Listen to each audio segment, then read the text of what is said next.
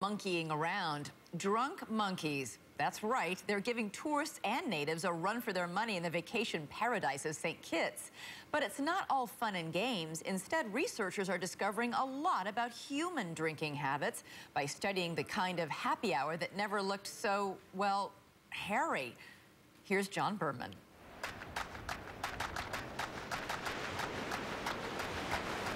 It is happy hour in sand heaven. Party night in paradise. Cocktail time in the Caribbean. But on the pristine island of St. Kitts, there is a bombshell lurking near the bar. A furry one.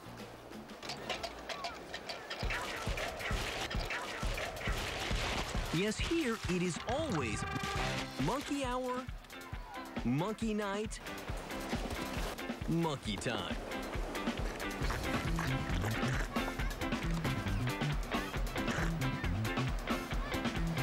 Yes, what you just saw is a vervet monkey sneaking a cocktail.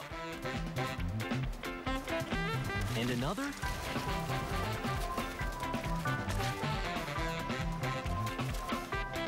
And another.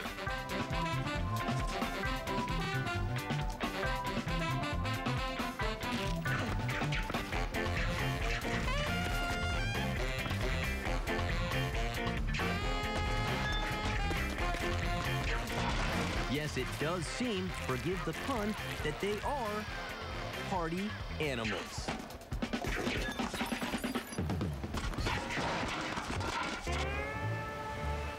The local lore is that these primates first developed a taste for alcohol some 300 years ago, when they were brought to the island from Africa, along with slaves to work in the booming rum industry. The legend is they would sneak into the fields to sample the alcohol left over from fermented sugarcane. Now, centuries later, it is not at all uncommon to see a monkey pony up to a bar. And while it may be tempting to say that a monkey drinks like a fish, the truth is the monkey drinks like a human. Scientists have been studying the effects of alcohol on vervet monkeys in a lab on St. Kitts for years. 2020 paid a visit. They offer the monkeys a choice between water and booze.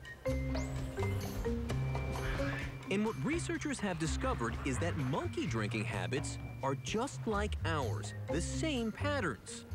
There are maybe 30–40% of monkeys that will drink just a little bit. More or less the equivalent of the afternoon cocktail. That's the same breakdown as humans. And just like us, about 15% are teetotalers. Order a soft drink or juice for the monkey-designated driver. But also like us, another 15% drink too much. Like this guy, Mohawk. The little male with crew cut that we call Mohawk spends a lot of time at the drinking bottle.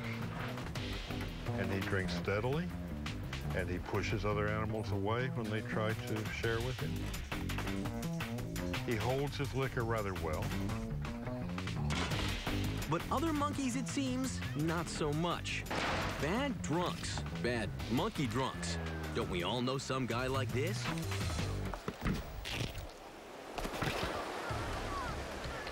A little alcohol in the group begins to change group structure. You get a little more activity, and then you get a little more play fighting. And in fact, the offspring of the abusive drinkers slide easily from the play fighting into true aggression. This is a bar scene right out of the Old West.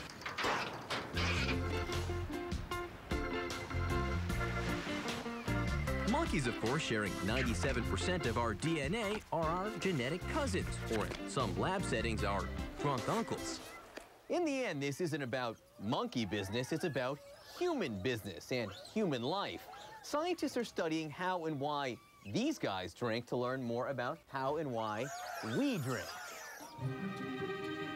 It's a major public health problem. So there are 12 million individuals in the United States with alcoholism, it's estimated. Dr. Kathleen Grant is a senior scientist at the Oregon National Primate Research Center and has been studying alcohol in monkeys for years. And what she has found in her lab with nothing to stop them is that some of these macaque monkeys will seriously pound. In my studies, about 35 to 40% of the most at-risk monkeys will become chronically heavy drinkers. And when you say heavy drinkers, how much are you talking? An average of 12 drinks a day. A monkey 12 bag? Right. Some theorize that monkeys and humans developed a taste for alcohol over time, an evolutionary longing when we were hunting the forests for ripe fermenting fruit. In the curious case of the wild St. Kitts monkeys, swiping a tasty beverage could be like winning a liquid lottery, gulping enough sugar calories in a single drink that would take hours to find in the forest. We have found that animals that gulp alcohol are the ones that are at the greatest risk for being future heavy drinkers. You ever get thirsty watching this? No. In fact, if anything, I lose my thirst. But the research is not without controversy. Animal rights activists think it's cruel to offer monkeys liquor. Alcoholism is the third leading cause of preventable death in the United States. We need to use everything we can to understand disease processes. Are these monkeys saving lives? These monkeys will save lives, yes.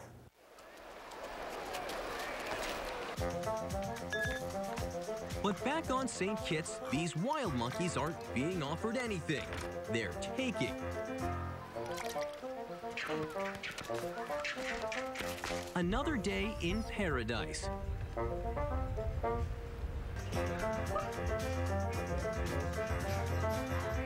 The only place where you might find someone who has a fuzzy navel actually drink one.